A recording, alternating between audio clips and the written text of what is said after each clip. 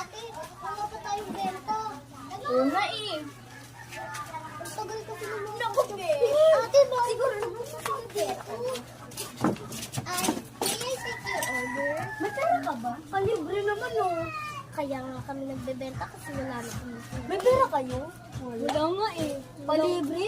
Wala nga eh. Kulit naman eh. Ay, wala nga sila. Gutom na kasi ako.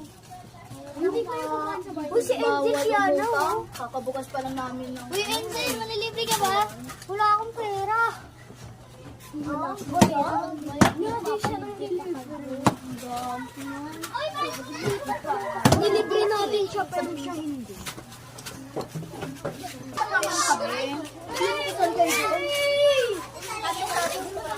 Gusto mo kagawin lahat sa akin? Hindi ako lang ba? Sinungaling.